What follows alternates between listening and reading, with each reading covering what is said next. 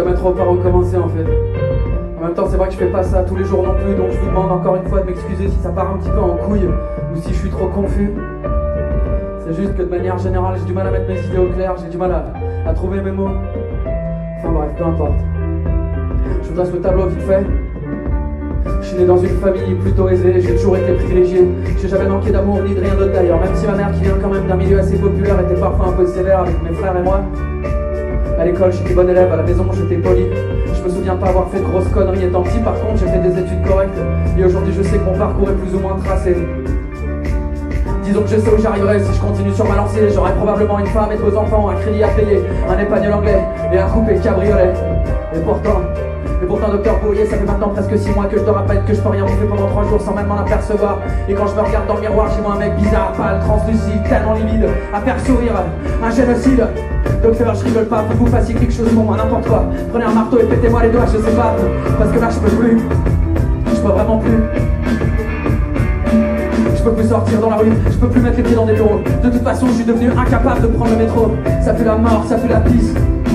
Ça manque claustro et agressif. Et puis j'ai vraiment l'air d'un gland dans mon costard, trop grand et mal taillé. Même si je voulais faire semblant, il y aurait toujours marqué en gros troufion sur mon front. Et puis tous ces gens qui cherchent absolument à s'entasser, qui poussent, qui suent, qui sifflent leurs dents comme des serpents. Mais vas-y, du con, bon, t'as raison. De toute façon, t'auras beau être le premier arrivé à la clé, on va tous se taper la même journée scabreuse. Les yeux collés à l'écran de l'ordinateur, tu détruis les pupilles, à lire en diagonale des choses auxquelles t'en frappes, que dalle. Non mais tu comprends une hyper importance de si le client il raque 300 € de l'heure. Alors tu te débrouilles, tu vas chercher sur Google s'il faut, mais tu finis ça pronto. C'est compris? C'est compris? Oui, c'est compris, non, mais c'est de ma faute, je suis pas assez réactif. Ah, c'est drôle, oui, colle-moi des gifles. Connard. Et si t'allais plutôt te carrer des poignées de porte dans le cul pour voir.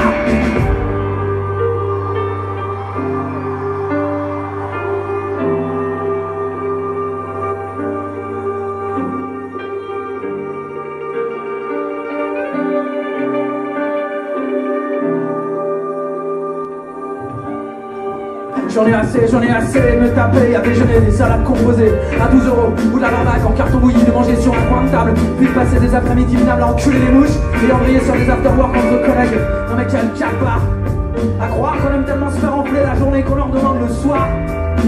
Mais bon, faut dire aussi qu'on y rencontre des meufs ou plutôt des célibataires, c'est-à-dire des nanas qui comme nous ont des problèmes affectifs, on se présente, on leur raconte des cracks. On leur dit qu'on est collab alors qu'on est à la fac. Et qu'en vrai, en vrai on passe notre temps à user nos culs sur les bancs trop étroits, vraiment trop étroits, à écouter des types choses, déblatérer toute la journée. Déblatérer sur tout, et surtout sur n'importe quoi. Heureusement nos journées se finissent toujours de la même façon. On rentre et on se lève pour la soirée, on met le protocole relevé puis on se retrouve au QG pour picoler des billes à 5 €. À 5 € t'entends. D'ailleurs quand on a un peu de plomb dans la ligne, on a souvent envie de jouer au rebelle et crier au taulier. Dis-donc tu te prends pour qui enfoiré? Tu trouves pas que ta bière elle est un peu chère? On le ferait si on avait du cran dans nos artères, mais on préfère se taire et continuer à gaspiller notre thune, à user notre salive pour pas grand chose et à fumer comme des sapeurs, histoire de s'amocher à fond avant d'être vieux, d'agrandir les paloches qu'on a déjà sous les yeux.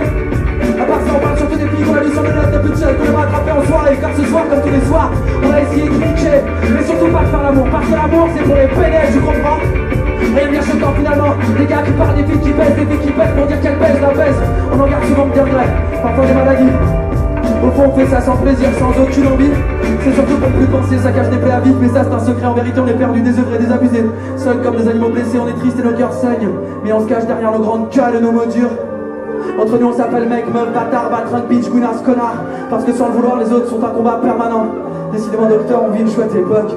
Et dans une chouette ville aussi.